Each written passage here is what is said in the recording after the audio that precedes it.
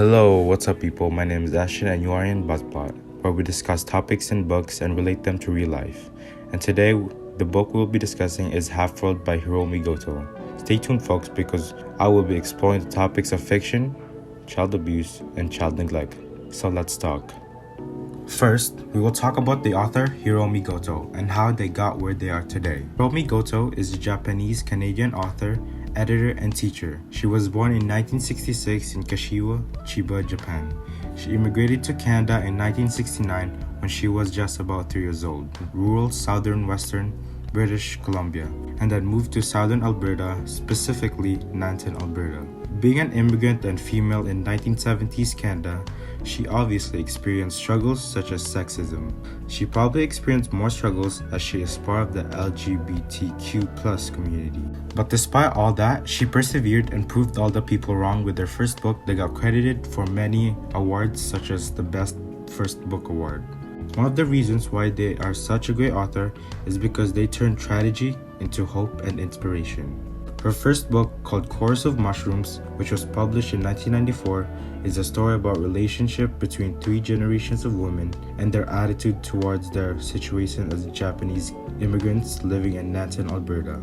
Chorus of Mushrooms was a groundbreaking success, landing awards such as the 1995 Commonwealth Writers' Prize for the Best First Book in Canada and Caribbean region. She is also the co-winner of the Canada-Japan Book Award, and since then she has written 10 books, 3 of which are for children and the youth, a book of poetry, and a collection of adult short stories. Her second adult novel, Kappa Child, is about the story of an unnamed narrator as she dreams her way through the hardships of domestic violence, racism, and sexual orientation while growing up in a homogeneous prairie society.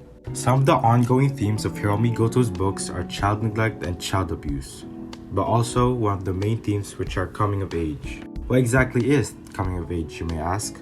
Well, coming of age is a theme in books that focuses on the development of the protagonist from youth to adulthood, with an emphasis on personal growth and mental cultivation. This is a common theme in a lot of books, especially in this modern age. A similarly themed book of Hiromi Goto's that talks about deep struggles and youth is their 5th book that got published, called Half-World. Before I tell you what this book is about, this book contains magic, realms, and fantasy, which I think some people, just by hearing that, they would be confused and think this is just a fairy tale story, but it's so much deeper than that. This book is about an only child of a loving but neglectful mother who is just barely coping with school and with life. But everything changed on the day she returns home to find her sickly mother is missing, lured back to the half-world by the vindictive Mr. Blueskin. Soon, Melanie begins a dark, fantastical journey to save her parents.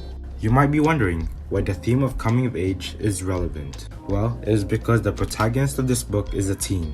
The Half-World book explores the topic of bullying and child neglect and how it affects them and how they get through it. Like, for example, there was a part where she decides to just leave school for good and just get a full-time job to help her sickly mother, because there are a group of bullies that always targets her and she is mostly alone and not doing good at school.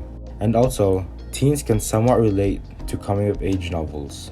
Coming-of-age novels is a unique style in the storytelling spectrum because this theme is broad enough to relate, yet specific enough to learn a fresh point of view.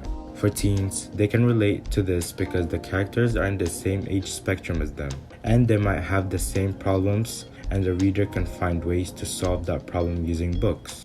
They might also feel less lonely since they know there are characters that are going through the same thing as them. Since there are characters in a book, we sometimes see the characters go from a child to a full-grown adult. To me, this gives me inspiration and hope because the character was able to become something great despite the obstacles. Since we are talking about struggles, we're going to discuss the topic of child abuse and child neglect. First, what are child abuse and child neglect, and what is the difference between them? Child abuse is any form of physical, emotional, and/or sexual mistreatment or lack of care that causes injury or emotional damage to a child or youth. The misuse of power and/or breach of trust is part of all types of child abuse. Child neglect is a form of abuse. Child neglect is a shockingly bad behavior of caregivers that results in depriving a child of their basic needs, such as failure to provide adequate supervision, healthcare, clothing, or housing, as well as other physical, emotional, social, educational, and safety needs. The difference between these two is that child neglect is not caring for the child and providing its basic needs, while child abuse is also child neglect, but a lot more, such as physical abuse. There are different types of abuse, such as emotional abuse and sexual abuse. Child abuse is a serious problem that is still happening all over the world. 31% of males and 21% of females experience child abuse during childhood. The highest rate of child abuse is in babies less than 1 year of age, and 25% of victims are younger than age 3. In 2003, neglect was the most common form of child maltreatment reported to social workers in Canada.